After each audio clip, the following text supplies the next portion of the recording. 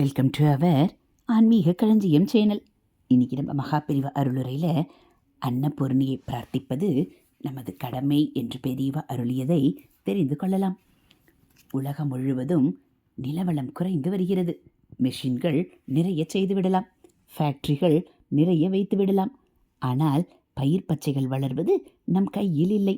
தானிய செழிப்பு இருந்தாலொழிய, வயிறு நிரம்பினாலொழிய மற்றவை இருந்தும் பயனில்லை. என்ஜினியர் அணை கட்டலாம், மழையை பெய்விக்க முடியாது. ஜெகன்மாதாவான அன்னபூர்ணேஸ்வரியை எல்லோரும் மனமாற பிரார்த்தித்து கொண்டால்தான் விமோச்சனம் உண்டு. அவளே நாம் செய்கிற பாவங்களை மன்னித்து தானிய வளத்தை அளித்தருள்வாள். துர்பிக்ஷம் போக அவளே பிக்ஷை போடுவாள். நம்முடைய ஆச்சாரியால் ஸ்ரீ சங்கர பகவத் பாதால் காசியில் இருந்தபோது அன்னபூர்ணி மீது பாடியருளிய ஸ்தோத்திரத்தின் முடிவிலே கருணையின் பற்றுக்கொம்பாக இருக்கிற அம்மாவே அன்னபூரணியே பிச்சை போடு என்று உருக்கமாக வேண்டிக் கொள்கிறார். பிக்ஷாம் தேகி கிருபாவலம்பனகரி மாதா அன்னபூர்ணீஸ்வரி தேகி போடு என்றால் அது அவருக்கில்லை. தேகாபிமானமே கிடையாதவர் இப்படி சொன்னால் என்ன அர்த்தம்? இந்த ஸ்தோத்திரத்தின் கடைசி ஸ்லோகத்தை பார்த்தால் அர்த்தம் புரியும். அதில் எனக்கு பார்வதியே அம்மா, பரமேஸ்வரனே அப்பா, சிவபக்தர்கள் எல்லாம் பந்துக்கள், உலகமும் வீடு என்று சொல்கிறார். எனவே உலகங்களுக்கும் பிக்ஷை போடு என்று வேண்டுவதாகவே உள்ளது. ஞான வைராக்கிய பிக்ஷையும் முடிவில் கேட்கிறார். கையில் பால் சோற்று பாத்திரமும் கரண்டியும் வைத்துக்கொண்டு அன்புருவாக உணவு போடுபவள் ஞானமும் அருள்கிறாள். அதர்மம் அதிகமாக ஆகும்போது இயற்கை சக்திகளை நடத்துகிற ஈஸ்வரனின் அதிகாரிகள் கைவிட எண்ணுவதால் பருவம் மாறி மழை பெய்வதில்லை, காற்றும் முறைப்படி வீசுவதில்லை. அதனால் வியாதி கிருமிகள் அதிகமாகின்றன. பயிர் பச்சைகளின் செழிப்பும் போய்விடுகிறது. உணவுப் பொருள்கள் குறைந்து வறுமை நோயால் தேசம் பாழாகிறது. இம்மாதிரி ஏற்படும் நிலையால் நம்முடைய தப்பை புரிந்து கொண்டு திருந்த பிரயாசை எடுத்தோமாயின் அன்னபூர்ணியே அன்னபிக்ஷை ஞான பிக்ஷை எல்லாம் போடுவாள். அவள் சரீரமே ஞானமயமானது.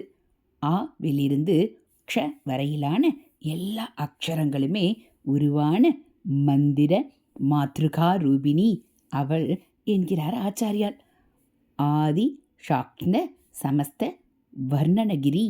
இப்படி சரீரம் படைத்தவளாதலால் நம் சரீரத்தை மட்டுமின்றி அறிவையும் வளர்க்கிற பிக்ஷையை போட்டு ஞானம் தருவாள்.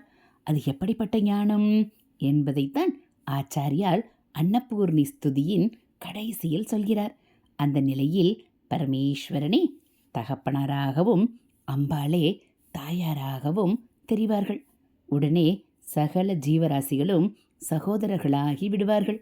பக்தி இருந்தால் பராசக்தி ஒருத்தி இருக்கிறாள் என்ற பயமும் பக்தியும் இருந்துவிட்டால் எல்லோரும் அவள் குழந்தைகள்தான் என்ற சகோதர பாசம் தானாகவே வந்துவிடும். காஞ்சி காமாட்சியில் அன்னபூர்ணேஸ்வரியும் அடக்கம். காமாட்சி இருநாளி நெல் கொண்டு 32 அறங்களை வளர்த்தாள். அதில் அன்னதானம் ஒன்று. காமக்கோட்டத்தில் அன்னபூர்ணி சந்நிதி இருக்கிறது. பாவம் செய்வதற்கு தண்டனையாக துர்பிக்ஷத்தில் கஷ்டப்படுகிறவர்களுக்கு காமாட்சியான அன்னபூரணி கருணை பாலிக்கிறாள். காஞ்சியில் ஓணக்காந்தன் தளியில் இருக்கும் சுவாமியை பாடும் சுந்தரமூர்த்தி சுவாமிகள் காமக்கோட்டத்தில் அன்னபூர்ணியே இருக்கும்போது நீர் ஏன் பிக்ஷாண்டியாக அலைகிறீர் என்று கேட்கிறார். சரீரம் ஆத்மா இரண்டுக்கும் உணவூட்டி வளர்க்கின்ற அன்னபூர்ணீஸ்வரியை துதித்து சமஸ்த ஜீவர்களுக்கும் துர்பிக்ஷம் நீங்க பிரார்த்திப்போம். ஆதி ஆச்சாரியால் செய்த பிரார்த்தனையும் இதுதான்.